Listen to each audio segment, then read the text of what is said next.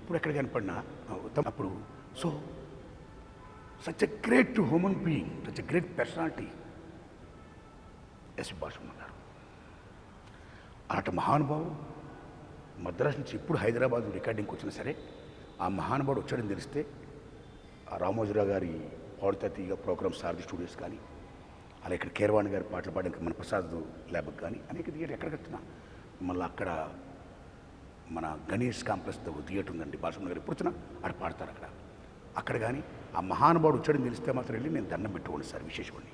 అప్పుడు ఆ మహానుభావుడు ఎంతో ఆప్యాయతగా, ప్రేమగా, అభిమానంగా నన్ను చూసిన వెంటనే మహానుభావుడు అలాగా ఆలింగనం చేసుకొని, ఏం నాడమూర్తి గారు ఏం సినిమాలు చేస్తున్నారు మీరు ఇప్పుడు, బాగున్నారా అని అన్ని కుశపులు తీస్తున్నప్పుడు సార్ బాగున్నానండి దేవుడి వల్ల ఈ సినిమా తీస్తున్నానండి, ఇప్పుడు రైతనని సినిమా తీస్తున్నా, అందులో మీరు పాడాలి సార్ అని విజ్ఞప్తి చేస్తే తప్పకుండా పాడతాను అని చెప్పడమే కాదు, అది ఆల్రెడీ ట్రాక్లో పాడిన దాన్ని ఆ మహానుభావుడు చూసి గ్రేట్ ఇమిటేటర్ కదా, great singer, great imitator, great mimicry artist కదా, మళ్ళా నేను ఎలా చేశానో అలాగే నన్ను ఇమిటేట్ చేస్తూ ఆ పాటను నవ్వుతున్న భవిష్యత్తుగా పాడిచాడు మహానుభావుడైన. ఆ పాడిన తర్వాత ఆయన దండం పెట్టాను, థ్యాంక్స్ అని చెప్పా. అయిన తర్వాత నాడముత్తు గారు మన దూరంగా సెల్ఫీ దిగాల అని చాలా ప్రేమగా ఆ మహానుభావుడు అయినా నేను ఇలా పట్టుకొని ఓ సెల్ఫీ తీసి, ఇదిగో నేనే మీకు మంచి ఫ్రేమ్తో ఫోటో కట్టించి పంపిస్తా, ఇది భద్రంగా మీ ఇంట్లో పెట్టుకోండి, మన ఇద్దరు తీపి గుర్తు, నా దగ్గర ఉంటుంది మీ దగ్గర ఉంటుంది అని అన్నారండి మహానుభావుడు. అలాగ అన్న వెంటనే మహానుభావుడు నేను పాదాపం చేశానండి. కానీ ఆ సెల్ఫీ దిగిన ఫోటో ఇంకా నేను తీసుకోలే. ఆ మహానుభావుడు మరణించాడు, పరంపదించాడు. అందుకనే పాత్రే గారు అన్నట్టు పోయినోళ్ళు అందరూ మంచోళ్ళు, ఉన్నోళ్ళు పోయినోళ్ళ తీపి గుర్తులు, మనందరి తీపి గుర్తు ద లెజెండ్ ఎస్వి బాలసుబ్రహ్మణ్యం గారు. ఇక్కడ భారతదేశం మొత్తం సమస్తాన్ని ఎలాగ ఆవాహించి పాటలు పాడి ఒప్పించి మెప్పించాడో ఆ మహానుభావుడు గంధర్వలోకి వెళ్ళి అక్కడున్న వాళ్ళను కూడా మెప్పిస్తూ ఒప్పిస్తూ కీర్తనలు పాడుతూ అతిరామంగా ఉంటున్న మహాగాన కళా గాంధర్వుడు ఎస్పి బాలసుబ్రహ్మణ్యుడు. ఆయన నా వందనాలు, ఆయన నా వందనాలు. కట్టు ఇప్పుడు మీరు అడిగారు, అవునండి ఎన్టీ రామారావుకి భారతరత్న ఇవ్వాలి అని నేను చాలా చోట్ల నిజంగా నా ఉద్దేశం చెప్పా. నేనేమిటండి, నేనే కాదు, తెలుగు 2 రాష్ట్రాల్లో కూడా ప్రపంచపరంగా ఎన్నో ఎన్నో కోట్ల మంది తెలుగు ప్రజానికులు కోరుకుంటున్న ఆకాంక్ష ఎన్టీ రామారావుకి భారతరత్న ఇవ్వడం అనేది. అది రైట్, అది రావాలి ఆయనకి. ఎందుకంటే ఒక భారతరత్న అవార్డు అనేది ఒక కళాకారుడు కానీ ఒక ప్రజారంగంలో, సేవారంగంలో, రాజకీయ రంగంలో, క్రీడా రంగంలో, వ్యాపార రంగంలో, సైన్స్ రంగంలో, సేవా రంగాల్లో ఏ రంగంలో అయినా సరే ఎవరైతే తమ యొక్క ఇన్ఫ్లుయెన్స్ని, వాళ్ళ స్ఫూర్తిని, వాళ్ళ సేవల్ని, వాళ్ళ ఇన్స్పిరేషన్ చేసి మొత్తం భారతదేశాన్ని మొత్తం అంతా ఒక ఆవహించి ఒక ఇన్స్పైర్ చేసిన మహానుభావులు ఎవరు ఉంటారో వాళ్ళందరూ కూడా మనం ఇవాళ మన ప్రభుత్వం, భారతదేశ ప్రభుత్వం గుర్తించి గౌరవించి భారతరత్న అవార్డు ఇస్తుంది. ఆ దశలో మన సినిమా రంగం నుంచి ముఖ్యంగా మన తమిళనాడులో ఉన్న ఎంజీఆర్ గారికి భారతరత్న అవార్డు ప్రకటించింది అప్పుడున్న ఇందిరాగాంధీ గవర్నమెంట్. కానీ ఎంజీఆర్ దాన్ని తిరస్కరించాడు. ఎంజీఆర్ గారు నేషనల్ లెవెల్ రాజకీయాలకు వెళ్ళా, కేవలం తమిళనాడు రాజకీయాల వరకే ఆయన పరిమితం అయ్యాడు. ఆయనకి ఇన్ఫ్లుయెన్స్ మొత్తం దేశం మీద పడలా. But when comes to NTR, ఆయన స్ఫూర్తి, ఆయన ఇన్ఫ్లుయెన్స్ మొత్తం భారత్ మీద పడ్డది. Because he became national front chairman. అనేక మీటింగ్ ఆయన పాల్గొన్నాడు, హిందీలో మాట్లాడి అనర్గళంగా మొత్తం భారతదేశం మొత్తం అంతా ఆయనకు ఇన్ఫ్లుయెన్స్ చాటి చూపించాడు. ఆయన writer, director, hero, producer, distributor, exhibitor, what not everything, studio owner, and above all great politician. With in the span of 9 months Telugu Desam party పెట్టి తెలుగు జాతి గౌరవాన్ని ఖండంతరాలు చాటి చెప్పిన మహనీయుడు ఎన్టీ రామారావు గారు.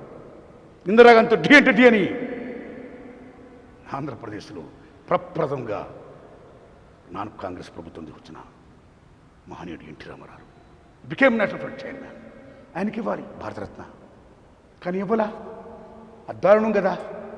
సో భారతరత్న అనే అవార్డ్స్ కూడా చివరికి వాళ్ళ ఓట్ బ్యాంక్ పాలిటిక్స్లో అయిపోతున్నాయి, వాళ్ళకి అవసరం తీస్తున్నారు. సో ఆ రకంగా మనకి రామారావుకి ఇవ్వాలా భారతరత్న? నేను చాలా బాధపడుతున్నా, నేనేంటి చాలామంది బాధపడుతున్నారు. అలా కమ్స్ టు బాపు గారు, అక్కడున్న సజ్జిత్ రే గారికి ఇచ్చారు, సజ్జిత్ రే గారికి బెంగాల్ సజ్జిత్ రే గారికి ఇచ్చారు, ఇవ్వాలి, గ్రేట్. ప్రపంచ పరంగా మన భారత చిత్రాల గొప్పని చెప్పాడు నేను, ఓకే. బట్ సజ్జిత్ రే గారితో కంపేర్ చేసుకుంటే బాపు గారు ఏ సంగతి కూడా తక్కువ కాదు. సజ్జిత్ రే గారు పెద్ద artist, painter, director and music director, great, what not everything.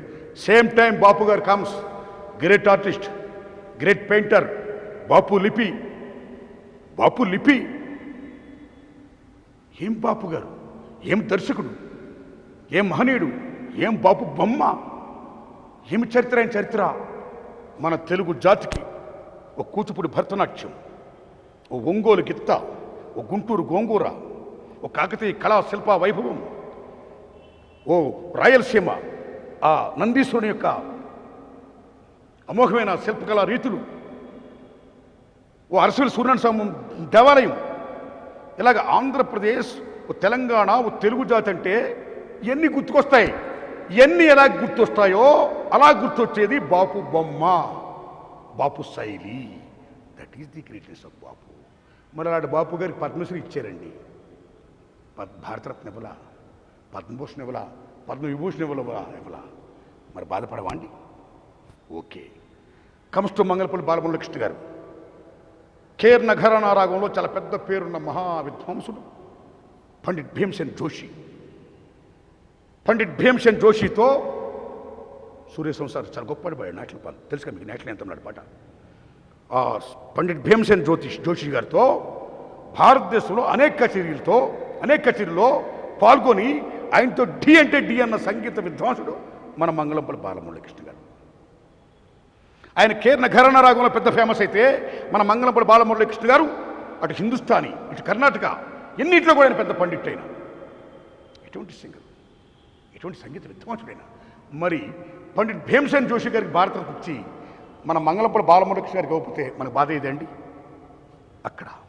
Then comes to మన సుశీలమ్మ గారు కానీ, మన జానకమ్మ గారు కానీ. మన సుశీలమ్మ గారు, మన జానకమ్మ గారు లతా మంగేష్కర్ గారంటే ఏం తక్కువ, ఎంఎస్ సుబ్బలక్ష్మి గారి కంటే ఏం తక్కువ. ఏమి సుశీలమ్మ, సౌత్ ఇండియా మొత్తం రూల్ చేశారు, హిందీలో కూడా పాడారు. ఏమి సుశీలమ్మ, లతా మంగేష్కర్తో డి అంటే డి. మరి ఎందుకు ఇవ్వాలి సుశీలమ్మకి భారతరత్న అవార్డు వాళ్ళకి ఇచ్చినప్పుడు? ఏమి జానకి గారు, ఏమి గొంతు మహాతల్లి, ఎన్ని భాషలో పాడారు ఆవిడ. నాదస్వరంతో డి అంటని, నాదస్వరంతో మురిపించే మూవలు అనే సినిమాలో నీలీలా పాడేద దేవా, ఒక పక్క నాదస్వరం జుమ్ జుమ్ముని వెళ్తుంటే దాంతో డి అంటే డి అంటూ ఏ సింగరు కూడా పాడలేకపోతే నేనున్నానని పాడి ఒప్పించి మెప్పించిన మహా గాయని మణి ఎస్ జానకమ్మ. ఆ అమ్మకిచ్చారా భారతరత్న? ఇవ్వాల.